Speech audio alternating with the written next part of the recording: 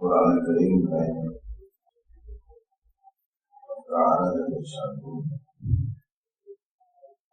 جہاں احکام بیان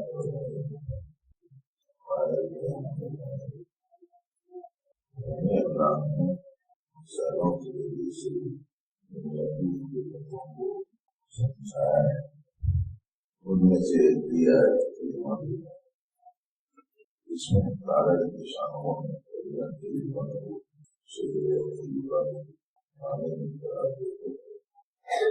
اس کا کیا اثر نمایاں ہونا چاہیے، اس کے لیے کیسے پورا کرنا چاہیے، اس کی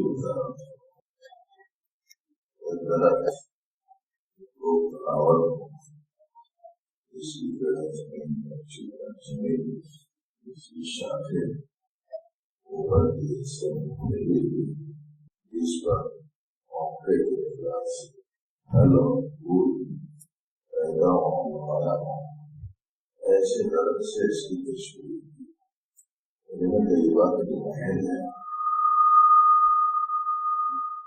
وہ قلب انسان کے دل میں طیبہ ہوتا ہے، ایمان کا جو محل ہے دل ہے۔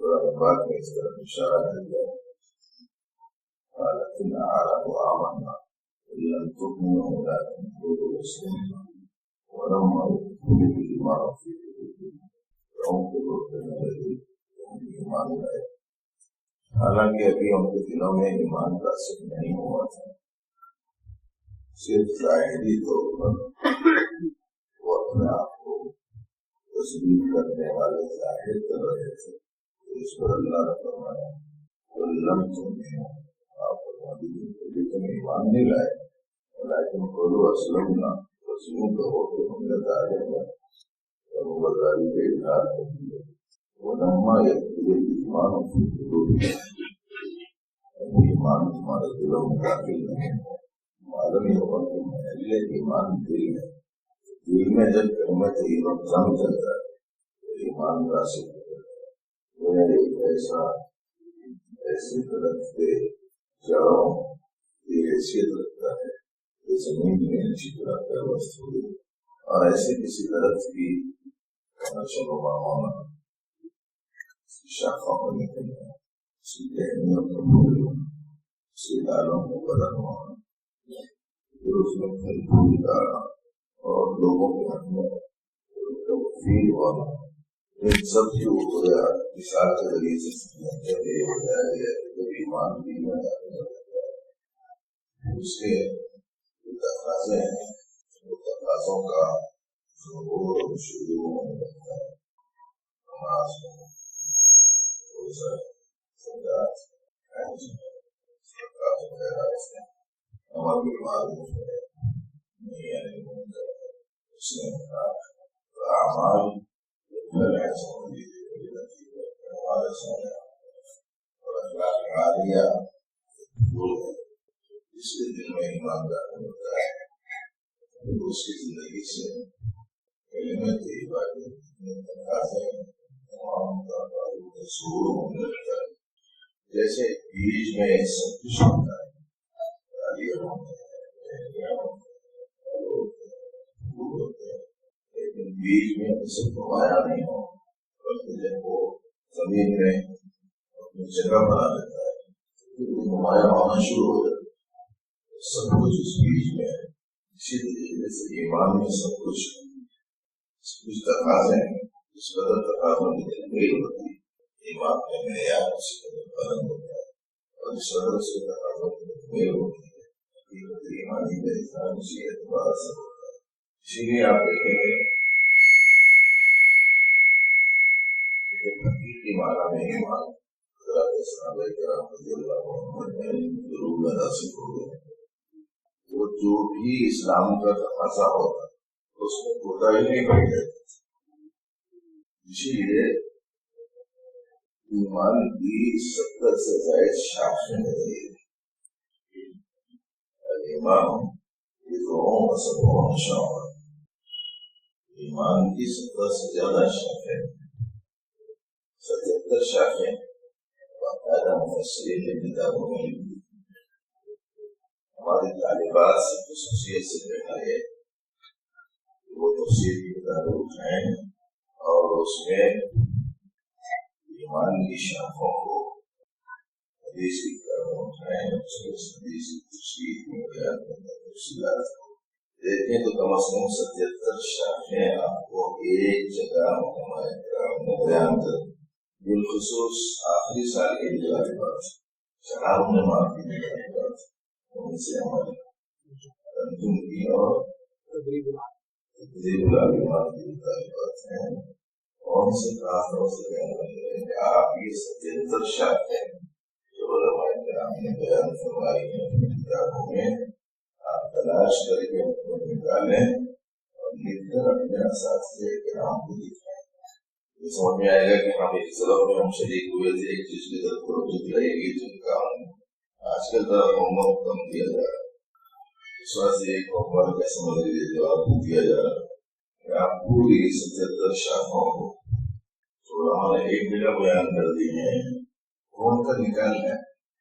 چنانچہ نبی محمد صلی اللہ علیہ وآلہ وسلم نے ارشاد فرمایا کہ ایمان کی 70 سے زیادہ شاخیں ہیں، افضلها قول لا الہ الا اللہ، ان میں سب سے اعلیٰ ترین جو شعبہ ہے، اعلیٰ ترین جو شاخ کلمہ طیبہ کا قائل ہونا، ایک ہے دل میں ایمان کا ہونا اور ایک ہے زبان سے اس کا اقرار و اظہار کرنا۔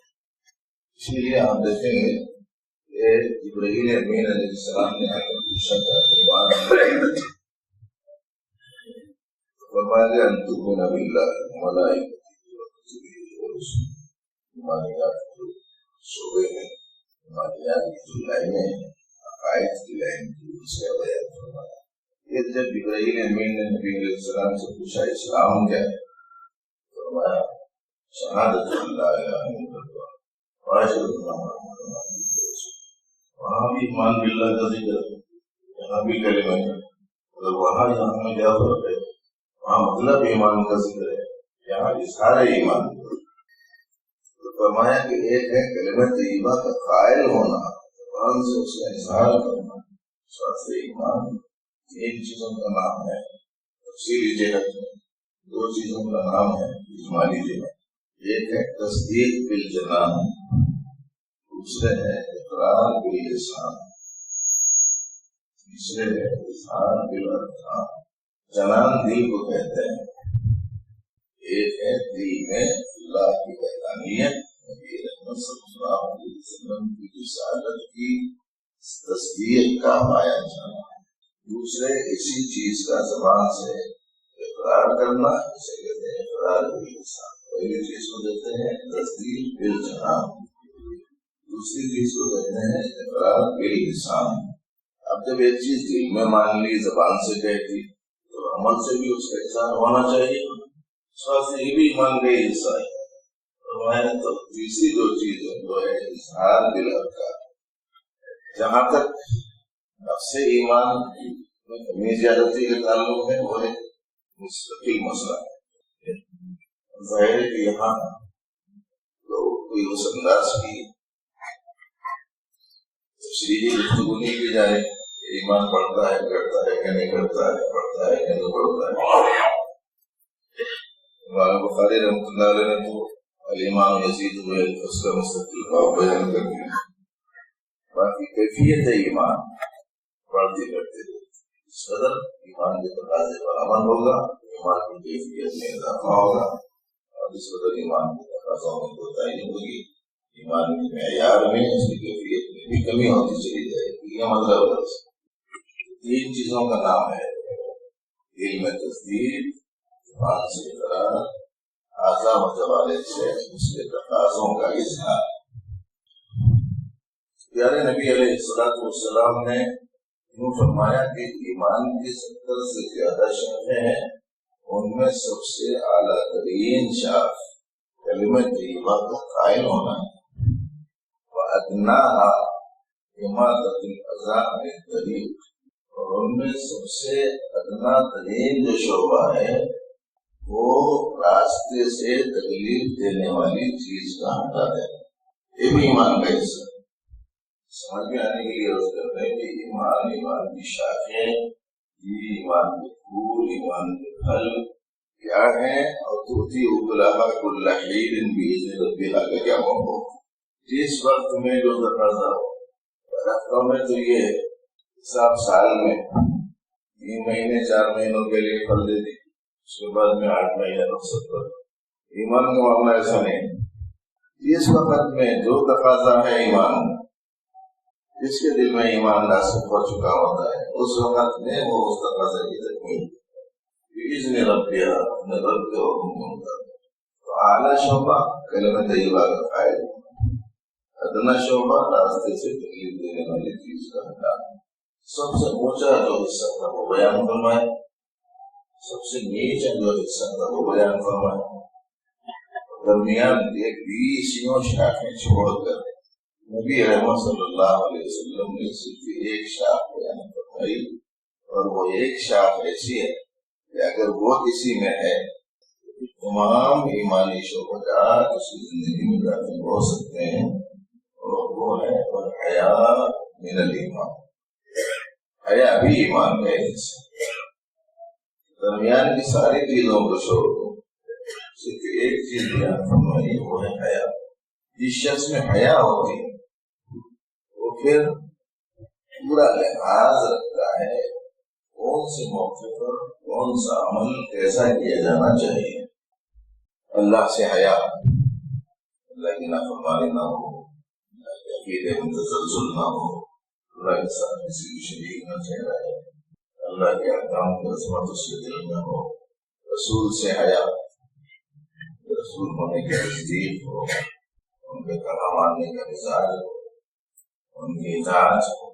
قرآن سے حیا، اللہ کے کلام ہونے کا اقرار ہو، اس کے احکام کو پورا کرنا میرے لیے ضروری ہے، اس کا لحاظ ہو.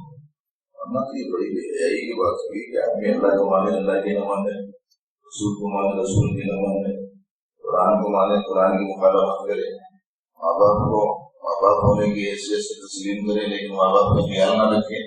ہر وہ چیز جو اپنے بڑوں کے واسطے پسندیدگی کا باعث ہے اس کام کو انجام دینا بھی ہے. کوئی آدمی غلط کام کر رہا ہے، کوئی بچہ غلط کام کر رہا ہو باپ کے سامنے،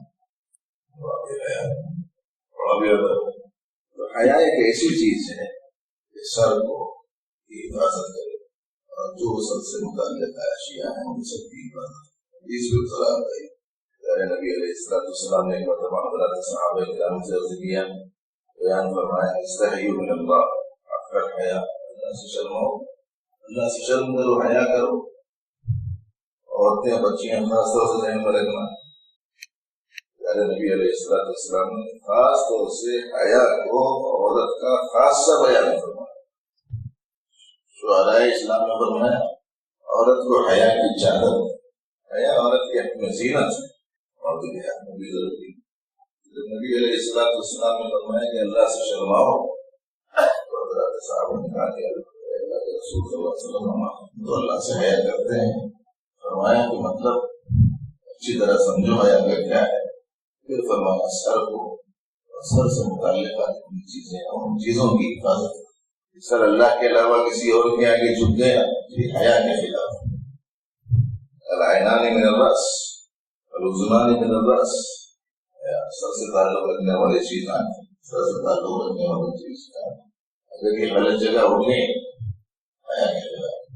قوت سماعت کا استعمال ناجائز جگہ ہو گیا آیا کرے گا.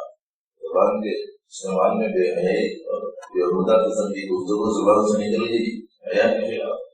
پھر فرمایا پیٹ اور اس کو پھیری ہوئی جتنی چیزیں ہیں ان سب کی حفاظت.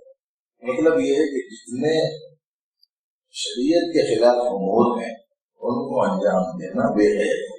اسی لیے فحشا اور فاحشہ کی تفسیر میں حضرت مولانا مفتی محمد شفیع صاحب رحمۃ اللہ علیہ نے لکھا ہے کہ اس کا مطلب صرف یہ نہیں بدکاری کرے، صرف یہ نہیں جن سے فاحشہ کی ناجائز لفظ ہے، بلکہ ہر وہ چیز جو شریعت میں ممنوع ہے وہ سب کے سب اس میں نہ ہے.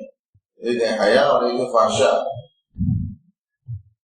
یہ جب اسی میں آ جاتا ہے تو سب کو خود یہ احساس ہونے لگتا ہے کہ اللہ نے سر دیا اور اللہ نے تمام نعمتوں سے سرفراز فرمایا اور سب کچھ اللہ کے ہاتھ میں ہے، اللہ کے قبضے قدرت میں ہے.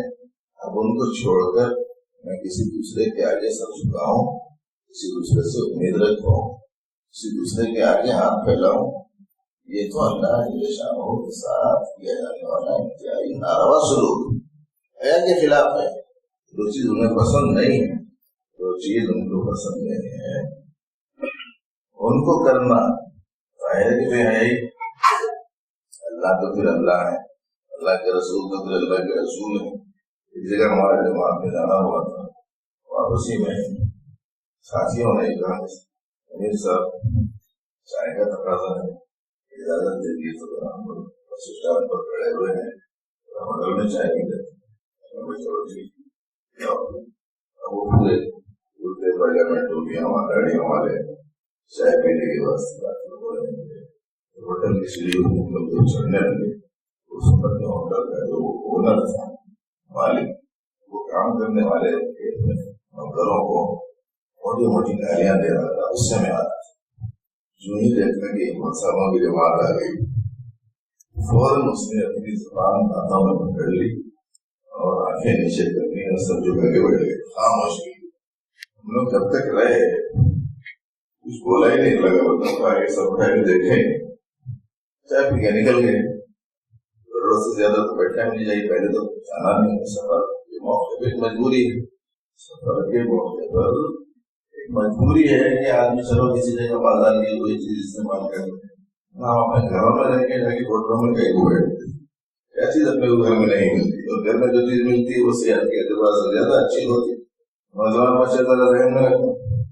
اور اب تو کبھی کبھی بہت اصرار کر کے کبھی لے کے چلے گیا تو وہاں کو یہ بھی دیکھنا ہوگا کہ مرد بھی ہیں عورتیں بھی ہیں، اطمینان سے بیٹھ کے کھا رہے ہیں. ہمارا حال یہ بچوں سے خاص طور سے کہنا یہ ہے کہ ادھر ادھر بازاروں میں ہوٹلوں میں یہاں وہاں ٹھہرنا یہ ٹھیک نہیں. اور مجبوری کی وجہ سے وہاں چلے گئے تھے، چائے پی کے نکلنے تک زیادہ نگاہ اٹھا کے نہیں دیکھا، زبان نے بولا سر جو کر کے بیٹھا ہوا. آج ہم لوگ نکل کے چلے گئے. بہت دیر میں سوچتا تو اس کو اس کے قانون میں حیا کا ایک عنصر پایا جاتا ہے. ان لوگوں کے سامنے اس کی بات کریں، آپ دیکھیں گے کہ امام صاحب جس سے نکل کے جا رہے ہیں حافظ صاحب کے ہاتھ میں سگریٹ بیڑی کو دیکھتے ہی ایک دم زبان بند کر لیتا. زبان نہ بدلنے کے فوراً اگر ابھی ابھی سلگایا ہوا ہے تو سلگا کر ہی لیتا، ابھی نہیں تھوڑا سی چلا چکا ہے فوراً پیچھے پاؤں اس کے اوپر پتا نہیں چلنے دیتے. حیا کے خلاف ان کو پسند نہیں آتی یہ چیز. بڑوں کے سامنے اس قسم کا کوئی عمل کرنا یہ حیا کے خلاف ہے. اسے سمجھ میں آتا ہے. عورت ہے بازار دروازے میں کھڑی ہوئی، اچانک کوئی آدمی نظر سے گزرے، سامنے سے گزرے، فوراً وہ دروازہ پھیل لیتی ہے، اندر چلی جاتی. حیا ہے، حیا کا ایک عنصر ہے. جب آدمی میں حیا پائی جاتی ہے تو ہر بڑے کو ناپسندیدہ جو چیز ہوتی ہے اس سے وہ اپنے آپ کو بچاتا ہے. بتائیے کہ اگر اللہ جل شانہ کے دلوں میں عظمت ہوگی، بڑائی ہوگی، تو ان کو جو چیز پسند نہیں ہے اس کو کرنا ہو گیا ہے، سمجھے گا کہ نہیں سمجھے گا. اسی لیے نبی رحمت صلی اللہ علیہ وسلم نے ایسا معلوم ہوتا ہے کہ دیگر تمام شعبہ جات میں سے سب کو چھوڑ کر صرف ایک شعبے کو بیچ میں ارشاد فرمایا کہ حیا بھی ایمان کا شعبہ ہے اور یہ ایک ایسی چیز ہے کہ اگر یہ کسی میں پائی جاتی ہے تو تمام تقاضا ہے ایمان کی تکمیل اس کے لیے آسان ہے۔ ظاہر ہے کہ اب جس وقت میں جو تقاضا ہوگا ایمان اس وقت میں اس تقاضے کو پورا کرنا یہ ہے تؤتی اکلها کل حین باذن ربها۔ جس وقت میں جو تقاضا ہے شریعت کا، اسلام کا، ہم لوگوں میں آج کل دو چیزوں میں بڑا ٹکراؤ ہوگا، ایک طبیعت میں شریعت، دونوں کا تقابل سے جہاں تک شریعت کی چیز طبیعت کے موافق ہے قبول کر لیں، طبیعت یہ چاہتی ہے کچھ اچھا کھانے کو ملے، دعوت ملے، یہ ملے وہ ملے، کچھ اور دعوت دے دے، ارے کہاں جاتے بھائی آپ کو معلوم نہیں شریعت میں سنت ہے تو آپ کو دعوت قبول کرو۔ جہاں طبیعت کے موافق شریعت کا کوئی حکم ہے فوراً قبول کرو۔ خالی اتنا ہی نہیں، دسترخوان پر بیٹھنے کے بعد جب وہ یہ دیکھتا ہے کہ پیچھے کا کوئی ایٹم نہیں دکھ رہا، کہتا ہے کہ آپ کو معلوم نہیں میٹھا کھانا سنت۔ جو شریعت کے احکام ایسے ہیں کہ جس میں طبیعت کے موافق ہوں اس سے قبول کر لیتے ہیں، اور جو شریعت کے احکام ایسے ہیں جو طبیعت کے مخالف ہوں تو اس کو آسانی سے نہیں قبول کرتے۔ طالبات سے بھی کہنا یہی ہے، دیکھو ہمارا ایمان طبیعت پر نہیں ہے، ہمارا ایمان شریعت پر۔ طبیعت چاہے یا نہ چاہے، جب اللہ کا حکم ہے، اللہ کے رسول صلی اللہ علیہ وسلم کا حکم ہے تو اسے پورا کرنا چاہیے۔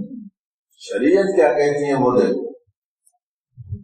ایک صاحب اپنے جذبات کا اظہار کرتے ہوئے اور دس سال پہلے کی بات سنا رہا ہوں، ایک جگہ اشعار سنا رہے تھے، میں اپنے جذبات کا اظہار کرتے ہوئے یوں بول رہے ہیں، مدینہ جاؤں گا اور روزے اطہر پر پہنچوں گا اور پھر وہاں جانے کے بعد میں وہ سجدے میں گر جاؤں گا، یہ کروں گا وہ کروں گا۔ وہ اشعار کا مفہوم تھا، اور پھر انہی اشعار میں آخر میں یہ شعر بھی انہوں نے سنایا، کیا جانتا ہوں خلاف شریعت ہے، جانتا ہوں خلاف شریعت ہے، چین مجھ کو نہ آئے تو میں کیا کہوں۔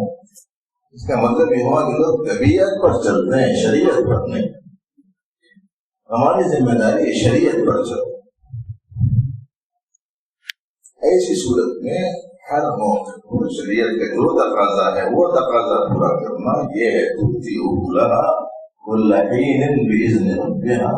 وہ درخت پھل دیتا ہے، اپنا ثمر دیتا ہے ہر موقع پر اپنے رب کے حکم کے مطابق۔ دل میں ایمان راسخ ہوتا ہے تو آدمی کی زندگی کا یہ حال ہوتا ہے۔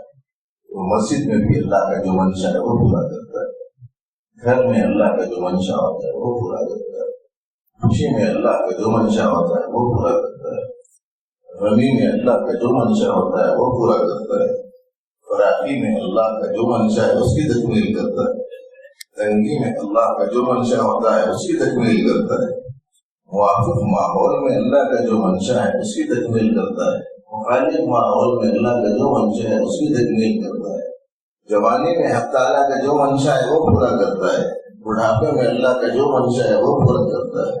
فرق نہیں پایا جاتا اس کی زندگی میں کہ بھائی مسجد میں تو بالکل شریعت کے مطابق ہے، گھر میں پورا شریعت کے مخالف ہے، اور بازار میں تو پورا طبیعت کے موافق ہے، اور سفر میں حدود ہے نہ قیود ہے۔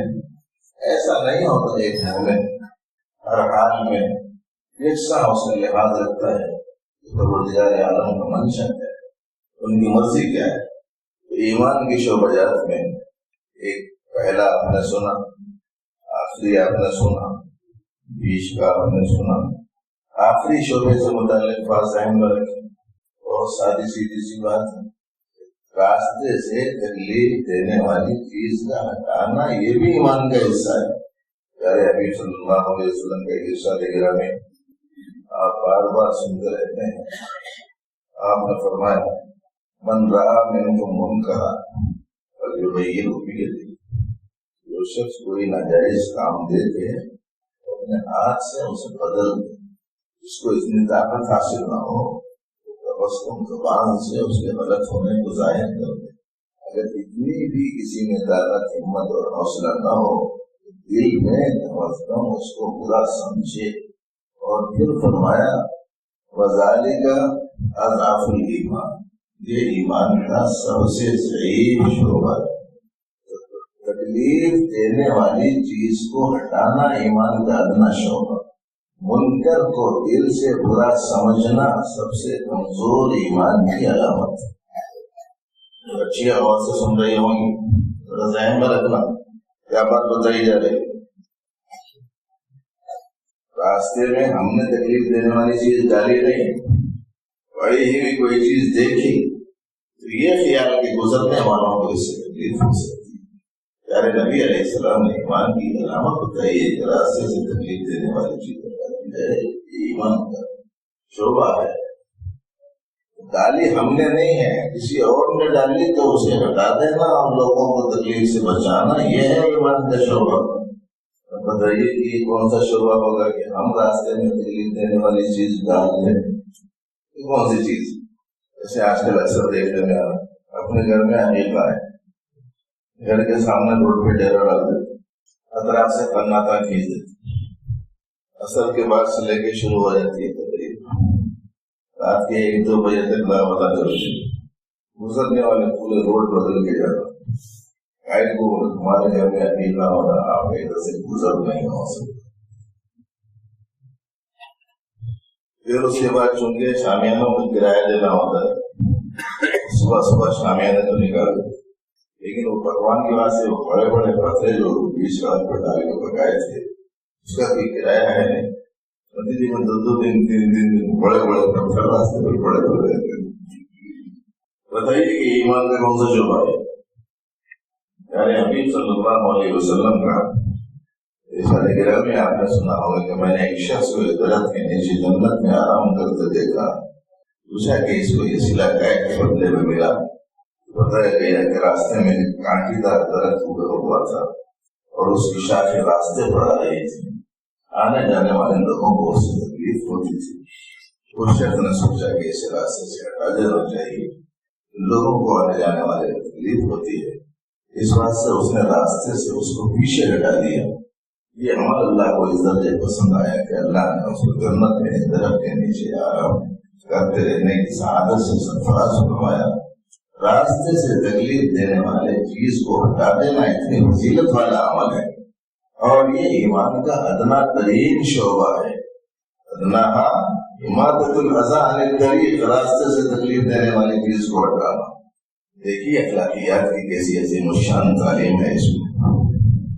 ماں باپ کو تکلیف دینا، بڑوں کو تکلیف دینا، رشتے داروں کو تکلیف دینا، اساتذہ کو تکلیف پہنچانا، پڑوسیوں کو تکلیف دینا، کیا گنجائش مل سکتی ہے بتائیے اس میں؟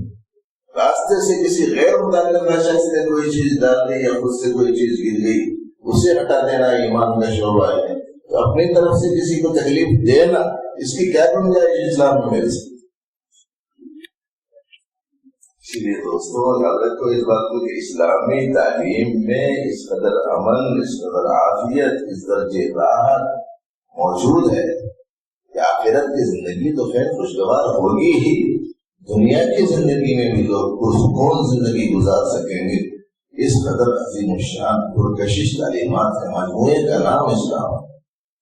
آپ کو معلوم ہونا چاہیے کہ لوگ ابھی ہماری زندگی سے اسلام کو نہیں دیکھ رہے ہیں، نتیجے میں بہت سارے لوگ اسلام سے دور ہیں، لیکن جو لوگ کسی وجہ سے اسلام کا مطالعہ کر رہے ہیں، اسلامی تعلیم کا، وہ کتنی اس کے اندر حسن اور خوبی محسوس کرتے ہیں، اس درجے وہ اسلام کی طرف متوجہ ہو رہے ہیں۔ اس کا ایک چھوٹا سا اندازہ قائم کرنے کے لیے یہ بات یاد رکھیں، 9/11 کا قصہ ہوا۔ امریکہ میں 2 انتہائی بلند ترین ٹاورز کو ایک مخصوص سازش کے تحت میں گرایا گیا اور زبردستی اسے منسوخ کر دیا گیا مسلمانوں کی طرف۔ حالانکہ وہاں کا سسٹم ہے، حفاظت کا جو نظام ہے، جس قسم کی سیکورٹی ہے، جس قسم کی انٹیلیجنس ہے، اس کے حساب سے وہاں اس قسم کے بڑے واقعے کا پیش آ جانا یہ کوئی معمولی سی بات نہیں ہے۔ اور اتنے وسائل مسلمانوں کے پاس نہیں تھے کہ وہ اسلام کو انجام دے سکیں، ایک مخصوص سازش کے تحت میں کیا گیا، زبردستی منسوخ کر دی۔ اور منسوخ بھی کرے تو ایسا منسوخ کرے کہ پوری دنیا میں اس کا ڈنکا ہو جائے اور عوام الناس کو اس کے اوپر بتلایا کہ یہ کام مسلمانوں نے کیا، حالانکہ یہ حقیقت سے بڑی تر کام تھا۔ لیکن جب ان لوگوں نے بدنام کیا اس کو عنوان بنا کر، تو محققین نے لکھا ہے، علماء کرام نے، کہ یہ واقعہ پیش آنے سے پہلے اسلام کو مطالعہ کرنے کے بعد یا سچے مسلمانوں کے حالات کو دیکھنے کے بعد لوگ جو اسلام کی طرف متوجہ ہوتے تھے، وہ سالانہ شرح اس کی اسلام قبول کرنے والوں کی 20,000 تھی۔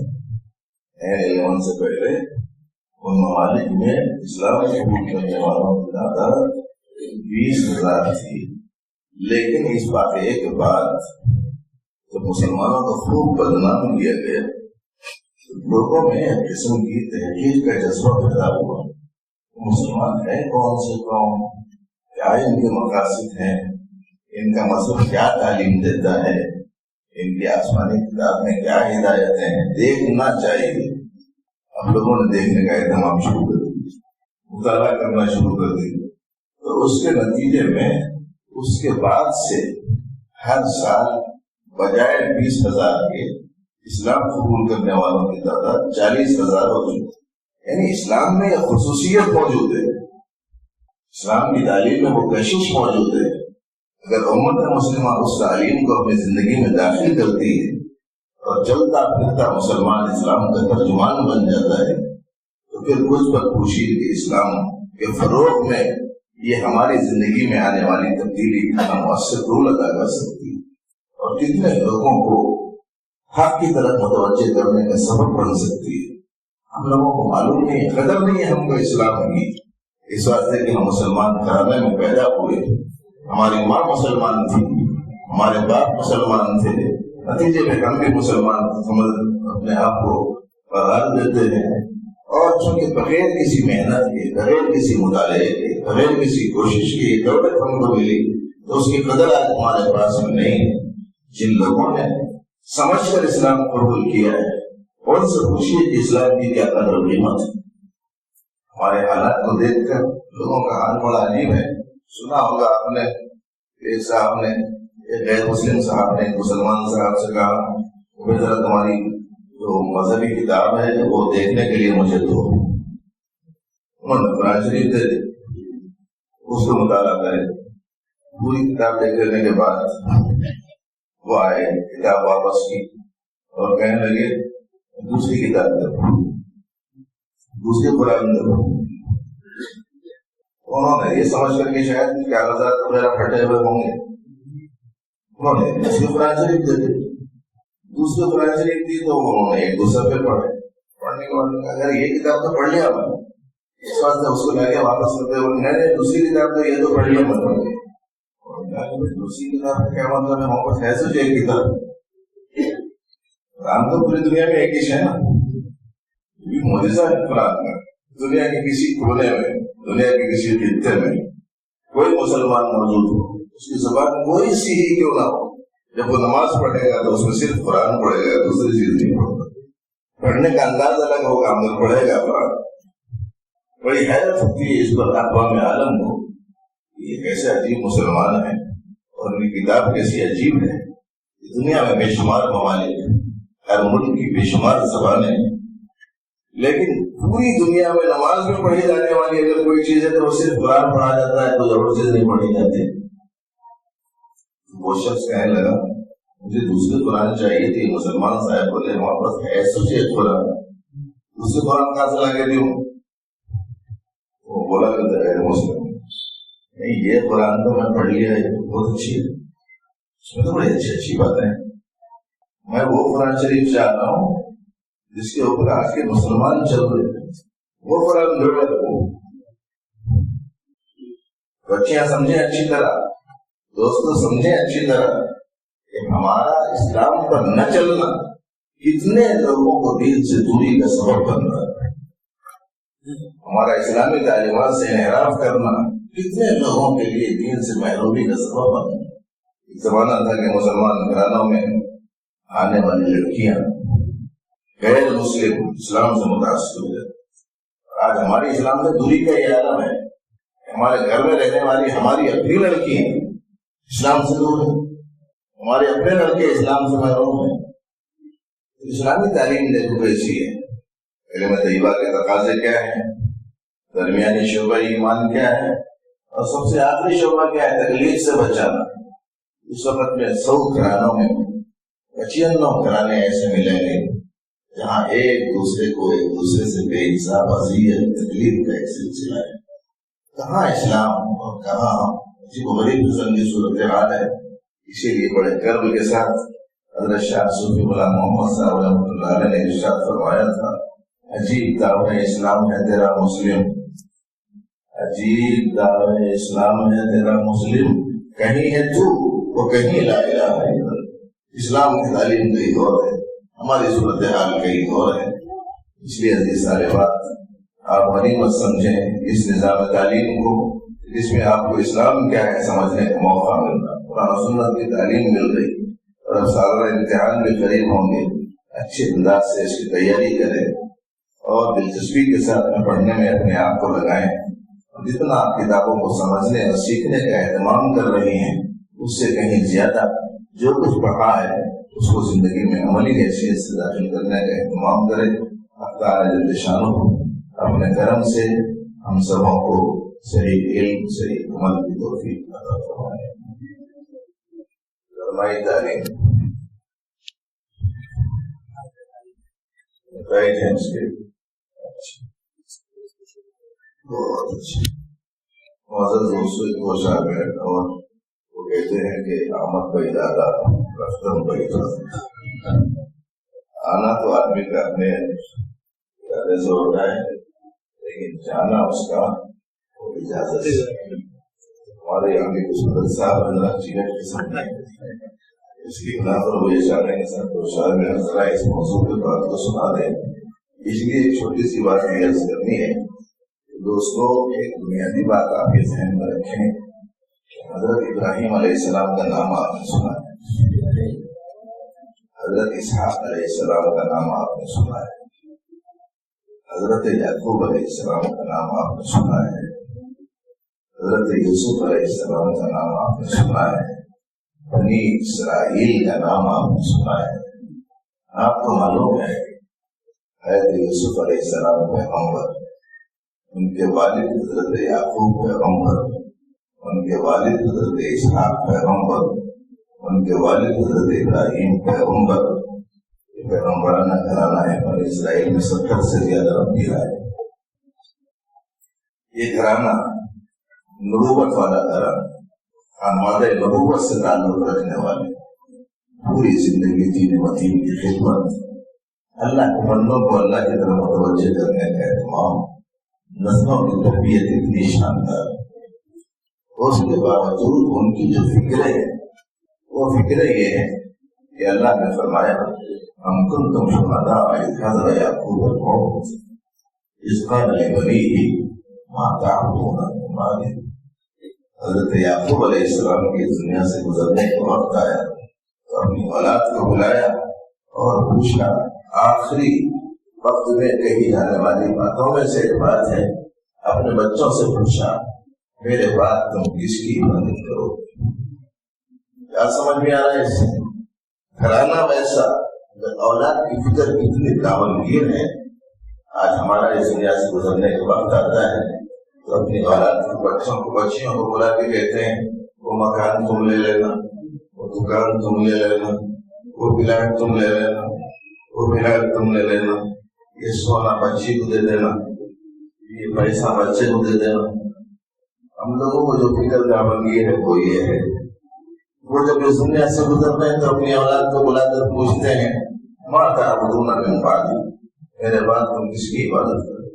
ووصى بها ابراہیم بنیہ ویعقوب یا بنی ان اللہ اصطفى لکم الدین فلا تموتن الا وانتم مسلمون۔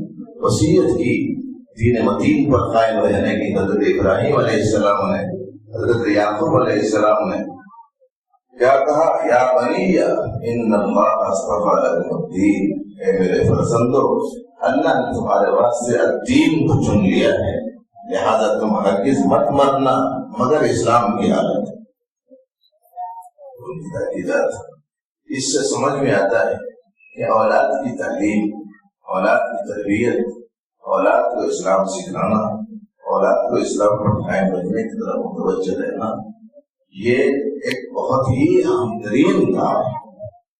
اس واسطے احباب سے یہ گزارش ہے کہ اول تو ہم اپنے بچوں کو پورا دین سیکھیں، لیکن کسی وجہ سے پورا دین سیکھنے کے لیے ہم بچوں کو فارغ نہیں کر سکتے، تو کم از کم سال میں ملنے والی گرمائی چھٹیاں ہوتی ہیں، ان چھٹیوں میں کم از کم اپنے بچوں کو یہ سوچ کر کے 10 مہینے تو ہم نے بچوں کو دنیاوی تعلیم سکھائی، 2 مہینے کم از کم اپنے بچوں کو دین کی تعلیم سکھا دیں.